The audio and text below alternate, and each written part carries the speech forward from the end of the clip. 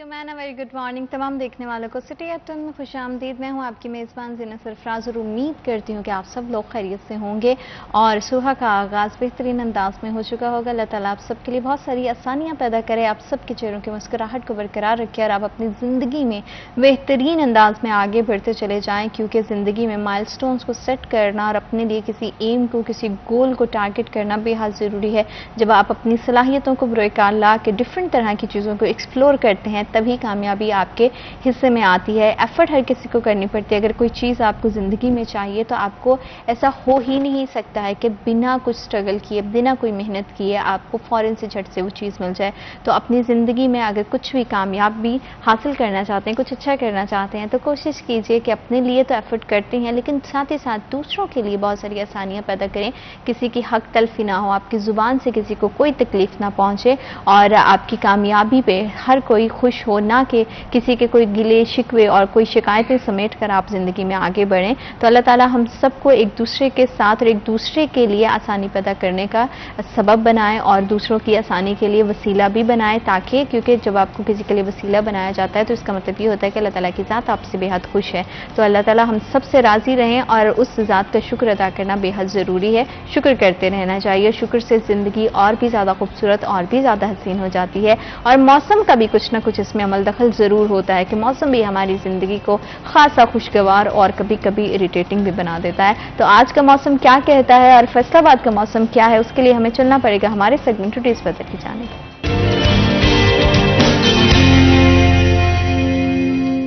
फैसलाबाद के आज के मौसम पर अगर बात करें तो ज़्यादा से ज़्यादा दर्जा हरारत 38 डिग्री सेंटीग्रेड रहेगा और कम से कम दर्जा हरारत 30 डिग्री सेंटीग्रेड रहेगा।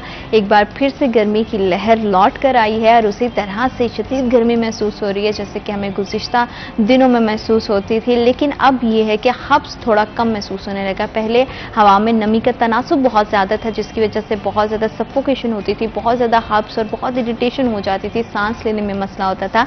लेकिन अब जैसे जैसे मौसम तब्दील हो रहा है, गर्मी है, थोड़ी सी मौसम में गर्माइश है, लेकिन उसी के साथ साथ नमी का तनासुब अब कदरे बेहतर हो गया है और उसकी वजह से सफोकेटेड जो माहौल था वो भी अब बेहतर होना शुरू हो गया है। तो आपने अपना बहुत ज़्यादा ख्याल रखना है। जब भी घर से बाहर निकलते हैं, कहीं आउट ऑफ सिटी ट्रैवल करते हैं तो ज़रूर एक बार वेदर चेक कर लें। ऐसा ना हो कि आपके यहाँ थोड़ा धूप हो, गरज चमक के साथ कहीं और बादल बरस रहे हों और आपका सफ़र मुश्किल हो जाए। तो इसलिए मौसम की सूरत हाल से अपडेट रहना हर रोज़ और हर वक्त बेहद ज़रूरी होता है। अल्लाह ताला आप सबके लिए बहुत सारी आसानियाँ पैदा करे। इसी के साथ आज हमारे पास 2 बर्थडेज की हैं, उनकी तरफ भी जाएंगे। पहली बर्थडे है जी फातिमा नूर की, जो कि सिटी न्यूज़ नेटवर्क का हिस्सा भी हैं। Many many happy returns of the day. Allah ताला आपके लिए बहुत सारी आसानियाँ पैदा करे और आज का आपका ख़ास दिन और भी ज़्यादा आपके अपनों के साथ ख़ास हो जाए और हम सब भी आपको विश करते हैं many many happy returns of the day. इनकी बर्थडे के हवाले से हमारे पास एक वीडियो, चलिए देखते हैं। फातिमा आपको बहुत बहुत सालगिरह मुबारक हो और अल्लाह ताला आपके नसीब बहुत अच्छे करे, आप बहुत कामयाब हों और बेहतरीन अंदाज से अपनी ज़िंदगी में आगे बढ़ती चले जाएं, कामयाबियां समेटें। हमारे साथ एक और बर्थडे भी है और बर्थडे विश करना मुझे बड़ा अच्छा लगता है और मैं आपसे भी कहती होती हूँ कि अगर कभी किसी की बर्थडे हो, कोई गिले शिकवे हो, तो उसको काइंडली भूल कर उसको ज़रूर बर्थडे विश किया करें, क्योंकि हर किसी के लिए दिन बड़ा खास होता है। तो दूसरी बर्थडे है हमारे साथ सैयद एहाब बुखारी की और आपको भी जो है सालगिरह की बहुत बहुत मुबारकबाद मेरी पूरी टीम की जानिब से। आपको many many happy returns of the day. आज का दिन आपका भी बहुत खूबसूरत गुजरे, अपनों के साथ, अपने प्यारों के साथ, दोस्तों के साथ। इनकी बर्थडे के हवाले से भी हमारे पास वीडियो, चलिए देखते हैं। एहाब आपको भी बहुत बहुत सालगिरह मुबारक हो और आप अपने लिए और अपने पेरेंट्स के लिए बहुत सारी आसानियों का, बहुत सारी खुशियों और मसरतों का बाइस बने और अपनी ज़िंदगी में बहुत कामयाबी के साथ आगे बढ़ते चले जाएं। और जब भी सालगिरह होती है तो उस पर सेलिब्रेशन तो बनती है और सेलिब्रेशन अगर अपनों के साथ हो तो और भी दिन ज़्यादा ख़ास हो जाता है। तो गिले शिकवे दूर करके अगर कभी भी ज़िंदगी में कोई छोटी छोटी खुशियों के लम्हात आपको मिल रहे हों तो उनको बिल्कुल ज़ाया नहीं करना चाहिए। अक्सर हम कोशिश में होती हैं कि अच्छा हमें कोई मौका मिले और हम दूसरे के साथ अपने ताल्लुकात को बेहतर करें। तो आपकी सालगिरह का दिन हो गया या किसी की लाइफ में कुछ अच्छा होने जा रहा हो, किसी का इंटरव्यू हो या किसी के लिए स्कूल का पहला दिन हो, तो उसको विश करना बड़ा ज़रूरी होता है। स्कूल के पहले दिन से मुझे याद आया कि हम भी जब स्कूल जाया करते थे तो हमारी कोशिश होती थी कि हम सुबह सवेरे उठते हैं तो सबसे पहले स्कूल में जाएं और फर्स्ट बेंच पर जाके जगह मिल जाए और अपना पूरा दिन, अगर आपका दिन का आगाज़ अच्छा होता था एज स्टूडेंट, तो आपका बाकी भी पूरा दिन बड़ा मज़े का गुजरता था। उस एज में हमें ये नहीं पता होता है कि जो जिस स्कूल में हम जा रहे हैं उसके क्या इश्यूज हैं, किस तरह की प्रॉब्लम्स फेस करना पड़ रही हैं, टीचर्स के हवाले से कैसे मसाइल हैं, साफ सफाई के हवाले से, इंफ्रास्ट्रक्चर के हवाले से, साफ पानी के हवाले से, या वहाँ पे और किस तरह के मसाइल। हमें बस ये पता होता था कि हमें स्कूल जाना है, हमें अच्छी किताबें मिलेंगी, किताबें पढ़नी है, नया नया कुछ रोज सीखने को मिलेगा। तो बच्चे जिस एज में होते हैं उनको शायद ये नहीं पता होता कि तालीम कितनी ज़्यादा इंपॉर्टेंट है, वो स्कूल, वहाँ के मौजूद असातिज़ा कितने ज़्यादा अहमियत के हामिल हैं, और वो पूरे का पूरा फेज़ उनकी लाइफ का उनकी आने वाली ज़िंदगी के लिए कितनी ज़्यादा आसानियाँ लेकर आएगा और कितना ज़्यादा उनके करियर को बहुत खूबसूरत या कहीं ना कहीं डिस्ट्रॉय कर देगा। तो जितनी भी बेसिक हमारी एजुकेशन है वो आजकल बड़ी मुश्किल हो गई है। एक तो महंगाई बहुत ज़्यादा है, बेरोज़गारी लोगों के पास इतनी ज़्यादा लोगों के ज़िंदगियों में आ गई, इतनी ज़्यादा बढ़ गई है कि लोग अपने बच्चों को स्कूल नहीं भेज पाते हैं। तो फिर एक हमारे पास बड़ा ज़बरदस्त ऑप्शन रह जाता है पब्लिक स्कूल्स का। लेकिन अनफॉर्चुनेटली हमारे यहाँ सरकारी स्कूलों के भी बहुत ज़्यादा मसाइल हैं। वो मसाइल क्या हैं, इसी हवाले से अपने मेहमानों से मज़ीद हम बात करेंगे। हमारे साथ मौजूद हैं सीनियर रिपोर्टर जहांगीर अशरफ और उन्हीं के साथ रिपोर्टर इमरान असलम। अस्सलाम वालेकुम, कैसे हैं आप दोनों? बहुत शुक्रिया प्रोग्राम का हिस्सा बने। जहांगीर, जैसे कि मैं बात कर रही थी कि बच्चों को बस ये पता होता है, उनको एक्साइटमेंट होती है कि हमें स्कूल जाना है, लेकिन शायद वो इसकी संजीदगी को, उनके स्कूल्स के मसाइल की नौयत को नहीं समझ रहे होते। तो आप क्या देख रहे हैं कि इस टाइम पे मौजूदा सूरत हाल में बच्चों के लिए स्कूल्स में किस तरह की प्रॉब्लम्स हैं, जिसका एहसास शायद उनको तो नहीं है लेकिन हमें देख कर पता चलता है। सरकारी स्कूलों के इंफ्रास्ट्रक्चर के क्या हालात हैं और तालीम के क्या हालात हैं, इस हवाले से बताइए। अच्छा ज़ीनत, देखें, अगर आप अपने बचपन को याद करें तो जिस दिन स्कूल से छुट्टी हो जाए ना, बच्चे बड़े खुश होते हैं। छुट्टियां बढ़ जाएं तो बच्चे खुश होते हैं, और भी ज्यादा खुश हो जाते हैं। ठीक है। जब पहले क्लासेस कम हुआ करती थी, सारे बच्चे मोस्टली क्लासेस बाहर बैठा करती थी, बारिश हो गई तो छुट्टी हो गई, तो ये वो मसाइल थे जो बच्चों को नहीं था मालूम कि इसका नुकसान क्या होने जा रहा है उसको। आज के दौर में भी बहुत सारे चैलेंजेस हैं। जैसे कल भी हमने देखा कि फैसलाबाद में स्कूल और कॉलेजेस दोनों के असाजा प्रोटेस्ट पे थे जी। तो आए रोज जो प्रोटेस्ट होते हैं ना गवर्नमेंट साइड पे, तो बच्चे को वो कहते हैं ना छुट्टी हो गई कि बच्चों को पढ़ाया नहीं। कॉलेजेस में क्लासेस का बाइकआउट था और जो सरकारी स्कूल टीचर थे वो सड़कों पर आकर एहतजाज कर रहे थे। तो दोनों के मुख्तलिफ मुतालबात हैं। तो अब बच्चों को तो कोई कंसर्न नहीं है ना कि टीचर को क्या इशू है, क्या नहीं है, गवर्नमेंट क्या कर रही है टीचर के साथ, या क्या फैसिलिटेट कर रही है, या क्या फैसिलिटीज छीन रही है जी। अब बच्चों का नुकसान अल्टीमेटली हो रहा है, उनकी स्टडी का और उनके देखें, अब टीचर का फोकस ही नहीं होगा पढ़ाने पे, तो बच्चों को क्वालिटी एजुकेशन क्या मिलेगी। हमारे यहाँ वैसे भी जो आम एक तासुर यही है कि गवर्नमेंट में वो पढ़ाई नहीं होती जितना प्राइवेट सेक्टर में बच्चों पर फोकस किया जाता है। अच्छा, सबसे बड़ी वजह इसका टीचर। अच्छा, हालांकि जो प्राइवेट सेक्टर है उसमें मेजॉरिटी ऑफ टीचर्स वो हैं वो कम सैलरीज पे काम कर रहे होते हैं, लेकिन वो परफॉर्मेंस अपनी मैक्सिमम दे रहे होते हैं। जबकि गवर्नमेंट पर सबसे बड़ा एतराज यही है कि उनकी सैलरीज अच्छी हैं लेकिन उनकी परफॉर्मेंस मिनिमम है। तो गवर्नमेंट को चाहिए कि उनकी परफॉर्मेंस को भी मैक्सिमाइज करे। और इस हवाले से हमने पिछले दिनों जब इंटर का रिजल्ट आया तो बाकायदा तौर पर डिप्टी कमिश्नर ने स्टेज पर खड़े होकर नाम लिया कि पंजाब कॉलेज के टीचर अगर पढ़ा सकते हैं, अगर पंजाब कॉलेजेस 20 पोजीशन ले सकते हैं इंटरमीडिएट में, तो गवर्नमेंट का टीचर क्यों नहीं पढ़ा रहा, गवर्नमेंट किसी कॉलेज की पोजीशन नहीं आई। तो कितना ये लम्हा फिक्रिया है कि हमारी परफॉर्मेंस जो है वो क्वेश्चन मार्क है गवर्नमेंट की। फैसिलिटीज़ को एक साइड पे रखते हैं, लेकिन टीचर की परफॉर्मेंस पे सबसे बड़ा सवालिया निशान है कि वो बच्चों को डिलीवर क्यों नहीं कर पा रहा। जबकि उसी पैरेलल में जबकि प्राइवेट सेक्टर है, कम सैलरीज पे टीचर अपना मैक्सिमम दे रहे हैं और मैक्सिमम नताइज दे रहे हैं, और बच्चों को आपको फ़र्क नज़र आता है एक प्राइवेट सेक्टर का बच्चा देखकर और गवर्नमेंट सेक्टर का बच्चा देखकर। आज भी बेशुमार ऐसे गवर्नमेंट के स्कूल हैं जहाँ पर आप जाएं तो बच्चों के आपको यूनिफॉर्म डिसिप्लिन में नज़र नहीं आएंगे, उनके शूज़ नहीं नज़र आएंगे अक्सर बच्चों के, और इसी तरह से खुले हुए गिरेबां और बाजू बटन। तो तरबियत भी नहीं है साथ, एक तो पढ़ाई है और दूसरा तरबियत का एलिमेंट भी काफ़ी जगहों पे मिसिंग नज़र आता है। तो गवर्नमेंट को फैसिलिटीज़ बाद की बात है, टीचर मौजूद है अगर, उसका काम है कि बच्चों को पढ़ाए और तरबियत दे। तो ये एलिमेंट पर भी फोकस करने की जरूरत है। और ये खुद टीचर के लिए बताते खुद लम्हा फिक्रिया है कि वो प्रोटेस्ट पर रहने की बजाय बच्चों को पहले देखें। जो बच्चा आ रहा है उसको अगर टीचर बाहर मिलेगा प्रोटेस्ट पर, तो जो तो सीटें खाली हैं उसका एक अलग से ही एक प्रेशर है ना कि हमारे गवर्नमेंट स्कूल में सिर्फ फैसलाबाद में 6000 सीटें खाली हैं, तो वो एक अलग इशू है। लेकिन जो ऑलरेडी टीचर अवेलेबल हैं, अगर वो भी प्रोटेस्ट पे होंगे और गवर्नमेंट उनको फैसिलिटेट नहीं कर रही होगी, तो गवर्नमेंट के एंड पर भी कसूर है और टीचर के एंड पर भी कसूर है। बिल्कुल ठीक है।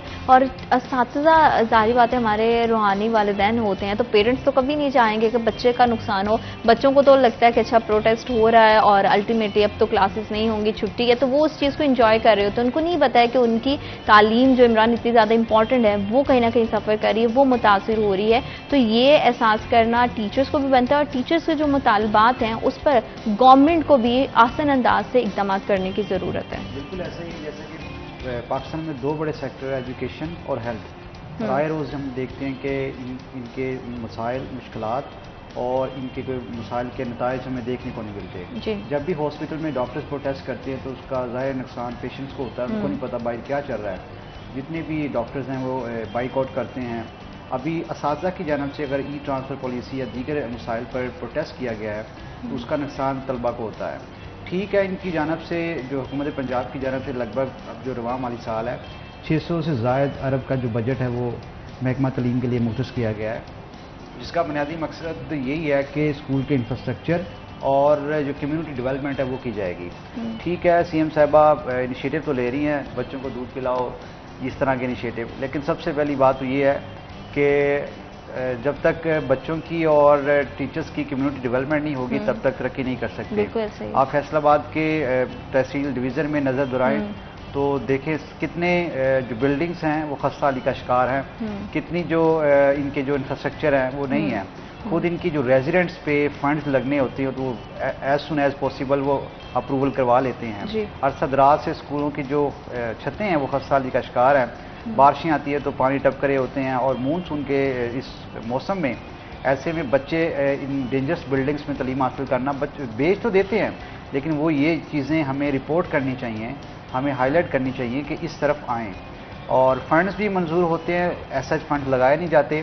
फैसलाबाद के कॉलेजेस बात कर लें, अभी महकमा तालीम गाहे बगाहे महकमा बिल्डिंग फैसलाबाद को लेटर लिखता है कि आप इन स्कूल्स का विज़िट करें, यहाँ पे बड़ी खस्ताहाली है, यहाँ की छतें डेंजरस हैं, यहाँ की बिल्डिंग डेंजरस हैं, या ओल्ड जो ब्लॉक है उसको डिमोलिश करके आप न्यू ब्लॉक बनाएं।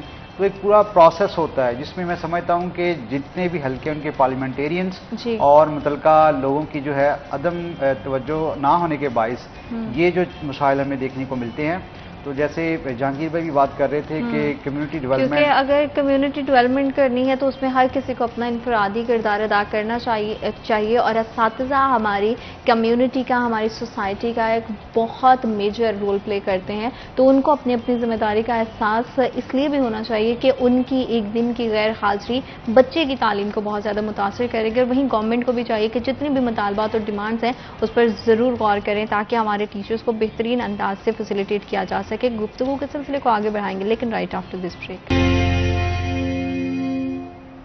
Welcome back after short break. आप देख रहे सिटी एट 10 और असातिज़ा के हवाले से, सरकारी स्कूल्स के हवाले से हम बात कर रहे थे कि किस तरह से सूबाई हुकूमत के और स्कूल्स के माबैन होने वाले जितनी भी प्रॉब्लम्स हैं उसको इनडायरेक्टली या डायरेक्टली उसका असर जो है वो बच्चों की तालीम पर आता है। बच्चों की स्टडीज़ जब मुतासिर होती हैं तो ये सबसे बड़ा नुकसान होता है। किसी भी तरह का खमियाजा, किसी भी तरह का फाइनेंशियल कोई नुकसान हो उसको हम पूरा कर सकते हैं, लेकिन तालीम के हवाले से हर गुजरते दिन के साथ जो टाइम गुजर गया उस टाइम को आप वापस नहीं लेकर आ सकते। तो ये एक बड़ी अनफॉर्चुनेट सी सिचुएशन है कि हमारे यहाँ बहुत ज़्यादा ऐलानात तो किए जाते हैं जहांगीर, लेकिन उन ऐलानात पर किसी भी तौर पर अमल दरामद नहीं होता। और इसी तरह का कुछ मामला हमें दिखाई देता है हमारे सरकारी स्कूल्स के और सूबाई हुकूमत के माबैन। देखें, आपका जो इम्प्लीमेंटेशन है ना तमाम कवानीन की, रूल्स की, वो या तो स्कूल हेड ने करनी है या टीचर ने करनी है जी। अगर वही गवर्नमेंट से सेटिस्फाई नहीं होंगे तो वो क्या परफॉर्मेंस देंगे? वो जाएंगे स्कूल में, कॉलेजेस में अपनी हाजिरियां लगाएंगे और वो कहते हैं ना डंग टपाओ, तो वो सारा गवर्नमेंट भी वही करती है, तो फिर वो अल्टीमेटली नीचे भी वही होगा। अब जितनी भी डिमांड्स होती हैं एट द एंड जब टीचर सड़कों पे आते हैं तो मेरा ख्याल है कि गवर्नमेंट को भी ये सोचना चाहिए कि टीचर्स की रिस्पेक्ट को मलहूज़े खातिर रखते हुए कि उनकी डिमांड्स को सड़कों पे आने से पहले ही टेबल टॉक से हल कर लिया जाए जी। अच्छा, गवर्नमेंट क्या करती है? टेबल टॉक भी करती है, उन्हें लॉलीपॉप भी देती है और मुतअद्दिद बार हामी भी भर लेती है कि आपके मुतालबात माने जाएंगे। लेकिन जैसे ही टीचर वापस स्कूल में जाता है, पढ़ाई शुरू हो जाती है और 1, 2, 3 माह गुजर जाते हैं दोबारा, तो दोबारा से टीचर अनॉयड हो जाते हैं कि गवर्नमेंट ने यकीन दहानियाँ करवाई, वादे किए और मुतालबा तस्लीम नहीं हुआ। अच्छा, उसमें बड़े बड़े जो टीचर्स के मुतालबात हैं कि 10 साल से सेकेंडरी स्कूल एजुकेटर्स जो हैं वो मुश्किल नहीं हो सके, जबकि बाकी तमाम कैटेगरीज के टीचर गवर्नमेंट की पॉलिसी के मुताबिक 3 साल जब कॉन्ट्रैक्ट मुकम्मल होता है तो उसको रेगुलर कर दिया जाता है। और इसके साथ असिस्टेंट एजुकेशन ऑफिसर्स, ये 2 ऐसी कैटेगरीज हैं जिसमें साबिक हुकूमत की तरफ से पाबंदी लगा दी गई कि ये चूँकि 16 स्केल में है तो इनकी रेगुलराइजेशन जो है वो PPSE के थ्रू की जाएगी, जिस पर असातिज़ा ने लाहौर में भी प्रोटेस्ट किया, बनी गाला में भी किया और हर जगह पे उन्होंने ज़िलाई सतह पर भी प्रोटेस्ट अपने रिकॉर्ड करवाए। मुतअद्दिद बार उनको यकीन दहानियाँ करवाई गई कि उन पर एक कानून के तहत, एक काबीना से मंजूरी के तहत उनको तमाम को रेगुलर कर दिया जाएगा। अब इस बात को भी 3-4 साल गुजर चुके हैं कि ये यकीन दहानी करवाई गई, तब 7 साल हुए थे जब प्रोटेस्ट शुरू हुए 6-7 साल के बाद कि उन्हें मुस्तकिल नहीं किया जा रहा। तो 3 से 4 साल मजीद गुजर चुके इस यकीन दहानी को कि उन्हें रेगुलर किया जाएगा। अब देखें, एक टीचर अपनी 10 साल सर्विस जो है वो देता है गवर्नमेंट को और 10 साल बाद भी उसे पता चलता है कि जी आप रेगुलर नहीं हो सकते, तो उसकी फोकस पढ़ाई पे होगा या अपनी नौकरी पे होगा या अपने मुस्तकबिल पे होगा जी। अब देखें, उसकी एज लिमिट जो है वो भी क्रॉस हो चुकी है, अब किसी नई नौकरी के लिए वो अप्लाई नहीं कर सकता। अगर यहाँ से उसको डिसकंटिन्यू करना पड़ता है तो वो फिर फारिग है ना, मतलब, और किसी प्राइवेट सेक्टर में जाएगा यकीनी तौर पर। तो वो कल भी प्रोटेस्ट पे थे टीचर कि 10-10 साल नौकरियां करने के बावजूद उनको रेगुलर नहीं किया जा रहा और अब कहा जा रहा है कि उनसे टेस्ट लिया जाए। दूसरी तरफ अगर कॉलेज टीचर की बात करें तो उनको प्रमोशन के बाद ना कहा जा रहा है कि आप दूर दराज के कॉलेजेस में शिफ्ट हो जाए, जबकि पहले क्या होता था, प्रमोशन के बाद उसी कॉलेज में उनको एडजस्ट कर दिया जाता था, उनकी सीट को अपग्रेड कर दिया जाता था। अब 17 से 18 में जब टीचर गए हैं तो उनको मतलब मोर देन 400 किलोमीटर दूर भी ट्रांसफ़र किया गया है। तो उस पर कल तमाम कॉलेजेस के असातिज़ा बाइकआउट पे थे और कल बच्चों को छुट्टी करवा दी गई थी। तो गवर्नमेंट को भी मेरा ख्याल है कि देखना चाहिए कि जो जेन्युइन इश्यूज हैं उनको फोकस करें। अब देखिए, बिल्डिंग्स के फंड आना ना आना वो सेकेंडरी इशू है, लेकिन ये वो मसाइल हैं जो गवर्नमेंट हल कर सकती है, इसमें कोई पैसा नहीं लगना। प्रमोट हो चुके टीचर उनको उसी कॉलेज में रखें, वहाँ उनकी ज़रूरत है, क्योंकि ऑलरेडी कॉलेजेस साइड में भी, क्योंकि ये भी एक बड़ा इशू है इमरान के, पहले तो हमारे पास असामियां हैं और उस पर हायरिंग ही नहीं हो रही, और जो टीचर्स हैं वो भी अगर टेम्परेरी हैं और उनको भी नहीं इस चीज़ की एश्योरिटी है कि वो जिस नौकरी पर जा रहे हैं वो भी उनकी परमानेंट है या नहीं है। तो इस सारे खदशात के साथ तो फिर टीचर एक्सेल नहीं अच्छे से कर पाएंगे और टीचर नहीं अच्छे से एक्सेल कर पाएंगे और फिर अल्टीमेटली बात बच्चों की पढ़ाई पर आती है। ऐसा ही है, पंजाब भर के जैसा बात हो रही है कि असातिज़ा ई ट्रांसफ़र पॉलिसी पे उनको तहफ़्फ़ुज़ात हैं, तो मेरे ख्याल में तमाम जो असातिज़ा की यूनियंस हैं उनको एक डेलीगेशन की शक्ल में सेक्रेटरी एजुकेशन के पास जाना चाहिए, उनको समरी लिखनी चाहिए ताकि जो इनकी ई ट्रांसफ़र पॉलिसी है इस पर नज़रसानी की जा सके। क्योंकि खदशात तो वहीं पैदा होते हैं यहाँ पे कुछ ना कुछ आप लोग रूटीन से हट कर चला जाए। असातिज़ा को पहले असातिज़ा का था कि ये जो मेरिट नहीं हो रहा, मेरिट पे ट्रांसफ़र पोस्टिंग नहीं हो रही, तो इन्होंने ई ट्रांसफ़र पॉलिसी का नफाज किया। अब उसमें भी असातिज़ा को तहफ़्फ़ुज़ात हैं कि जनाब यहाँ पे कुछ चीज़ें जो है डिस्क्रिमिनेशन पाई गई है, लिहाजा हमें इस पे भी एतराज़ात हैं। तो इसका बेहतरीन यही हल है कि समरी भेजी जाए और असातिज़ा को डेलीगेशन की शक्ल में जाना चाहिए, एज़ कम्पेयर टू कि आप सड़कों पर आएँ। और तलीम का आपको पता है कि नुकसान हो रहा है, बच्चे जो है वो आप एक दिन भी बहुत जो है कीमती, पल पल बहुत कीमती होता है। तो पाकिस्तान में तो ऐसी सूरत हाल है कि जो महकमा तलीम ने ईवान में रिपोर्ट पेश की है कि 2 करोड़ 62 लाख से ज़्यादा बच्चे स्कूलों से बाहर हैं। मतलब ये एक किस तरह आप देख सकते हैं कि इस रिपोर्ट में कि पाकिस्तान में ऐसे बच्चे जो तलीम से महरूम हैं, आप उनको स्कूल में ला रहे हैं और जो स्कूल में बैठे हुए बच्चे हैं उनको कौन पढ़ा रहा है, क्योंकि स्कूल के जो टीचर हैं वो खुद सड़कों पे है अपने डिमांड्स के हवाले से। तो इस पे बहुत ज़रूरत है 2 सेक्टर, एजुकेशन और हेल्थ सेक्टर, जिसमें मैं समझता हूँ कि इनके फाइनेंशियली और जितने भी जो महकमाना इश्यूज़ हैं उनको हल करने के लिए ना बहुत ज़रूरत है, क्योंकि पाकिस्तान एक ऐसा मुल्क है यहाँ पे आप देख सकते हैं कि ग़िज़ाई किल्लत भी है और तलीम की सहूलियात से भी महरूम है। ऐसे में जितने भी बैकवर्ड्स और जो रूरल एरियाज़ के स्कूल्स हैं वो तमाम तर असाइस सहूलियात से महरूम हैं। ऐसे में असातिज़ा भी अपनी जगह पे राइट हैं, वो अपनी एनर्जी कहाँ पे यूटिलाइज करें जब उनको तमाम तर वसाइल नहीं मिलेंगे। जब तक देखें वसाइल का बड़ा किरदार होता है कि आप लोगों के पास तमाम वसाइल हैं, वसाइल को यूटिलाइज करते हुए आप स्टूडेंट्स को इसके साथ साथ तमाम तर जितनी भी अपनी एनर्जी है उसको आप यूटिलाइज कर सकेंगे। जब ये चीज़ें नहीं होंगी, उनके पास एक ही डिमांड होगा कि हमारी प्रमोशन पॉलिसी है उस पर नज़रसानी की जाए।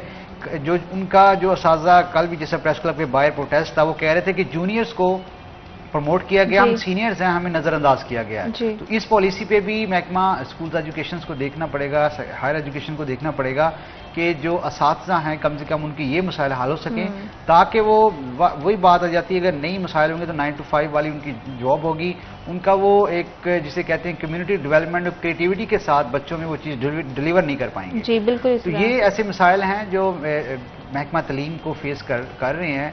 और जो स्कूल्स की बहाली के अगर इश्यूज़ की बात करें, वो भी जैसा कि जूं के तू हैं, और इसी तरह कॉलेजेस की बात करें तो फैसलाबाद में जो स्कूल्स की डेवलपमेंट है वो बहुत ज़्यादा ज़रूरी है। हम बात तो करते हैं कि सड़कों के लिए फ़ंड मिल चुके हैं जनाब, इस सेक्टर के लिए फ़ंड मिल चुके हैं, तो ज़रूरत इस समर की है कि फैसलाबाद में जो स्कूल्स हैं उनके लिए फ़ंड मिलें, उनको यूटिलाइज़ करें। फैसलाबाद में ऐसे स्कूल्स भी हैं जो ज़ेरे तमीर हैं, और जो रूल होता है कंस्ट्रक्शन का, जब तक कोई बिल्डिंग हैंड ओवर ना कर दी जाए। बिल्कुल इमरान, ये तो वक्त की ज़रूरत भी है कि इंफ्रास्ट्रक्चर पर हम ज़रूर काम करें, लेकिन उससे इम्पॉर्टेंट फिर वही हमारी प्रायोरिटी है कि असातिज़ा स्कूल्स में हों, बच्चे स्कूल्स जाएं और उनकी पढ़ाई का सिलसिला बेहतर अंदाज से चले। अगर असातिज़ा ही मौजूद नहीं होंगे और पूरे का पूरा इंफ्रास्ट्रक्चर भी मौजूद होगा, तब भी जहांगीर हम नहीं समझते हैं कि बच्चों को बड़े अच्छे तरीके से हम स्कूल भेजकर उनकी तालीम को कंटिन्यू कर सकते हैं। बेसिकली मसला यही है कि बहुत सारे इश्यूज हैं बगैर पैसे के हल होने वाले, सिर्फ दोनों की नीयत ठीक होने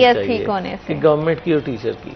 अच्छा, गवर्नमेंट के बहुत सारे ऐसे इशू हैं जो ऐसे ही उलझा के रखा हुआ है टीचर्स को, जिसमें कभी पॉलिसी आ गई ई ट्रांसफ़र के हवाले से, कभी प्रमोशन में कुछ आ गया, सीनियरिटी लिस्टें तक फाइनल नहीं है। हर ज़िले का अपना रूल है, हर ज़िले की अपनी सीनियरिटी लिस्टें बनी हुई हैं।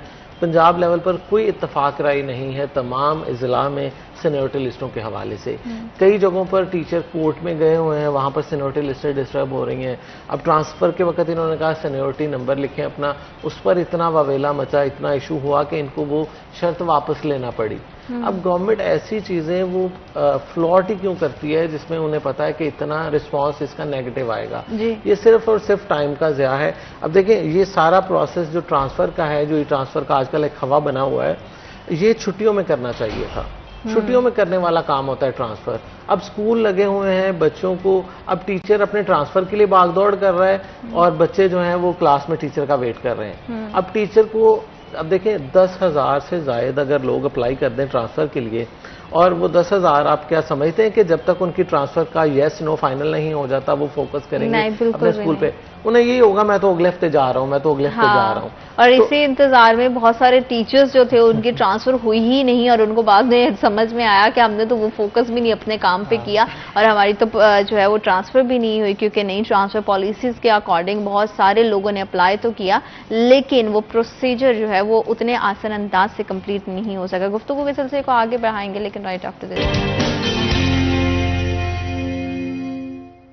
Welcome back after short break. आप देख रहे हैं सिटी एट 10, और बहुत सारी ऐसे इकदाम होते हैं हमारे सेक्टर्स में जो कि अल्टीमेटली उसका इम्पैक्ट हमें कुछ टाइम के बाद मिलता है। जैसे कि ब्रेक पे जाने से पहले हम ट्रांसफ़र पॉलिसी के हवाले से बात कर रहे थे कि किस तरह से जब आप ट्रांसफ़र के लिए अप्लाई कर देते हो, या कोई भी किसी भी सेक्टर की अगर हम मिसाल ले लें, अगर हमें कोई जॉब इंटरव्यू है और हम किसी अगली जो है वो पोस्ट के लिए इंटरव्यू देने जा रहे हैं या अप्लाई करने जा रहे हैं, तो हमारा उसी दिन से इंटरेस्ट जो है अपने काम पे, अपनी जॉब पे, जो कि हमारी करंटली जॉब होती है, उस पर कम होना शुरू हो जाता है, क्योंकि हम अपने नेक्स्ट डेस्टिनेशन की तरफ देख रहे होते हैं। हमें पता होता है कि अच्छा अब हमें वहां पे जाके सब करना था, बिना ये सोचे कि सामने वाले का जवाब हाँ या ना में हो सकता है। हम सिर्फ हाँ पे फोकस करते हैं, ना वाली साइड पे तो हम कभी आते ही नहीं है। तो इस चीज को लेके एक तो अच्छी चीज ये है कि हम पॉजिटिव रहते हैं, लेकिन बुरी बात ये हो जाती है कि हम अपने करंटली जॉब के साथ बहुत ज्यादा कर देते हैं, हम सेक्रीफाइस कर देते हैं उन तमाम रिस्पॉन्सिबिलिटीज को जो कि हम पर आयद होती हैं। और शायद इसी के चलते इमरान, मुझे लगता है कि हमारे टीचर्स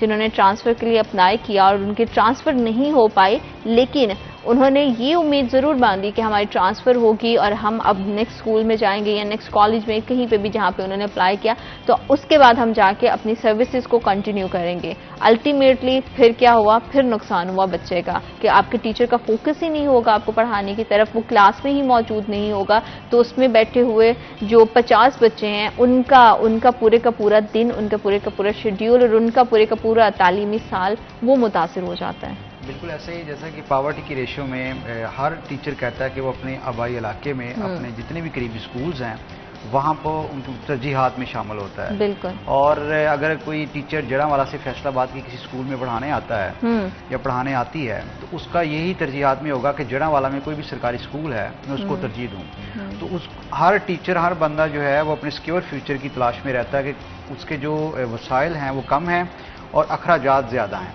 अखराजात को कम करने के लिए वो सोच रहे हैं कि अगर ये ऐसा हो जाए तो इट माइट बी गुड। तो इस हवाले से वो तमाम तर जो कोशिशें हैं वो लगाए रहते हैं कि जनाब जो नेक्स्ट जो ट्रांसफ़र पॉलिसी, अभी मेरा ट्रांसफ़र हो जाएगा मेरे आबाई इलाके में तो मुझे बहुत फ़ायदा होगा। ऐसे में जो बच्चों की जो वाबस्ता उम्मीदें हैं, बच्चों की जो डेवलपमेंट है, कम्युनिटी डेवलपमेंट है जो जुड़ी होती है वो बड़ी मुतासर होती है। एक चीज़ जो फ्लो के साथ जा रही होती है, जैसा कि बात हो रही थी कि फैसलाबाद के जो रिज़ल्ट और के जो नताइज हैं इंटरमीडिएट के या 9-10 के, वो बहुत रेशो नीचे आ रही है। उसकी वजह यही है कि टीचर्स का जो रुझानात है, तरजीहात हैं, वो कुछ और हो चुकी हैं। टीचर्स के जो मुतालबा, जैसा कि टीचर सिट इन प्रोटेस्ट हैं, उसकी बड़ी वजह यही है कि टीचर्स के जो चार्ट ऑफ डिमांड्स है वो लंबी एक लिस्ट है, उसमें इनके अलाउंसेस हैं, इसमें ग्रेजुएट अलाउंस है और दीगर जितने भी मसाइल हैं वो कह रहे हैं कि सबको तो हमने पसे पर्दा डाल दिया है। जो कम से कम हमारी ई ट्रांसफ़र पॉलिसी है, हमारे जो आबाई इलाकों में ट्रांसफ़र का जो अमल है वो लगाया जाए। फैसलाबाद में ऐसे काफ़ी स्कूल्स मतलब फिंगर आउट पे हैं कि आप वहाँ देख सकते हैं कि जो मेरिट से हट के एक तो सीटें खाली हैं, भर्ती नहीं की गई, उसमें फिर जो टीचर्स हैं जो रिलेटिव जो उसके नहीं है सब्जेक्ट उसको आपने हेडमिट लगाया हुआ है। ऐसे में ये होता है कि जनाब बच्चों की जो नताइज हैं उस पर काफ़ी हद तक फ़र्क पड़ता है। जैसा जहांगीर भाई एजुकेशन को कवर करते हैं, ये मैं समझता हूँ कि जो बीट, जैसा हम बीट करते हैं तो बीट का एक बड़ा होता है ग्रिप, ऐसे में जो सब्जेक्ट पे ग्रिप करने वाला जो टीचर है आई थिंक वो बेहतर कम्युनिटी डेवलप कर सकता है स्टूडेंट्स की। तो जाहिर है जब वही बच्चे कॉलेजेस यूनिवर्सिटीज़ में आते हैं तो वो बेसिक्स देखी जाती है कि आपका जो पेरेंट स्कूल कौन सा था, आपने कहाँ से तालीम हासिल की। तो ऐसे में बच्चा कम्प्लेक्स का शिकार हो जाता है क्योंकि उनको जो अनसर्टन सिचुएशन फेस करना पड़ती है थी तो असातिज़ा की जेन्युइन सिचुएशन, लेकिन इसमें जो तलबा हैं उनको काफ़ी हद तक ये देखने को मिलता है, उनकी एजुकेशन के मसाइल को देखने को मिलते हैं। तो आई थिंक इस पे काफ़ी जो है वो एक समरी, एक सॉलिड तजावीज़ देनी चाहिए ताकि फ्यूचर में कम से कम ये जो मसाइल देखने को मिल रहे हैं कम से कम एजुकेशन सेक्टर में ये देखने को ना मिले, ताकि जो साजा अपने फ्लो के साथ जो भी डिमांड्स हैं वो करें। अब देखें सैलरी इंक्रीज़ हुई हैं, पेंशन्स के हवाले से वो भी इनकी जानब से मुतालबा शामिल किए गए हैं। तो जैसा बात हो रही थी कि साथ तो बिजी ही रहते हैं, अभी मरदमशुमारी में थे, इलेक्शंस में थे, इसके साथ साथ कोई भी कैंपेन्स आ जाए साथ का बड़ा किरदार रहता है। तो ऐसे में जो मरदमशुमारी लास्ट हुई है 7वीं डिजिटल, उसके भी जो वाजबात हैं वो भी क्लियर नहीं हुए साथ के। साथ वही जो डिमांड्स है वो फिनांस डिपार्टमेंट के पास जाते हैं।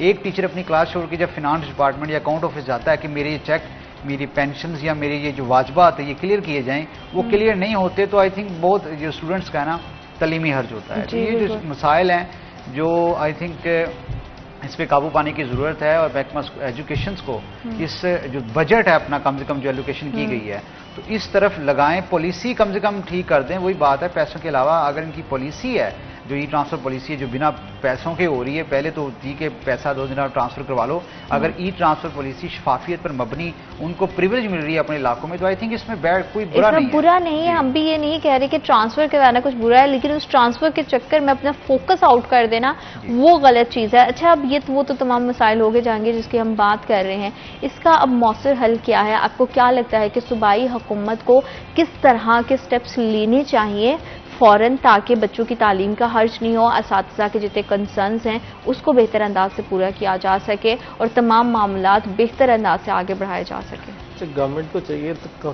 तमाम जो स्टेक होल्डर्स हैं, जिसमें हेड्स हैं, जिसमें टीचर यूनियंस है, जिसमें इवन मैं समझता हूँ पेरेंट्स को भी शामिल करना चाहिए।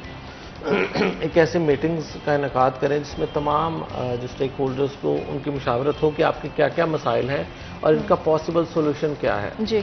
अच्छा, बहुत सारे ऐसे मसाइल हैं जो बगैर पैसे के हल होने वाले हैं उन्हीं अवेलेबल रिसोर्सेज में।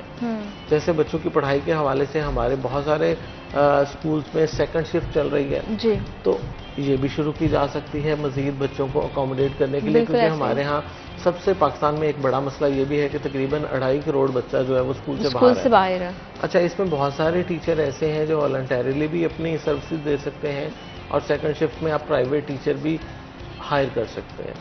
अच्छा, इसमें ये होना चाहिए कि आपको एक तो मॉनिटरिंग का निज़ाम मज़ीद इफेक्टिव होना चाहिए, क्योंकि जो सीईओ एजुकेशन की अगर बात करें तो वो फैसलाबाद के 2200 स्कूल को विजिट नहीं कर सकता। ऐसा ही है। तो दूर दराज के बहुत सारे ऐसे इलाके हैं जहाँ पर ना वो सीईओ को जानते हैं ना सीईओ उनको विजिट किया होगा। हाँ।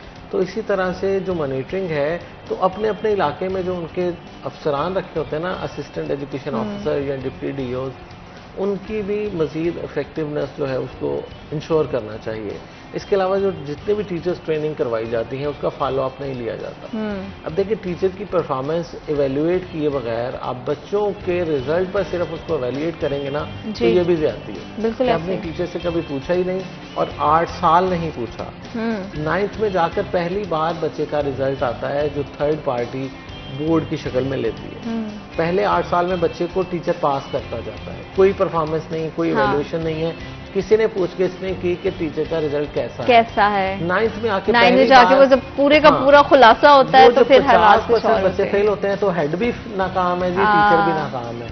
तो जो पिछले प्राइमरी एलिमेंट्री स्कूल टीचर है उसको किसने इवैल्यूएट करना है?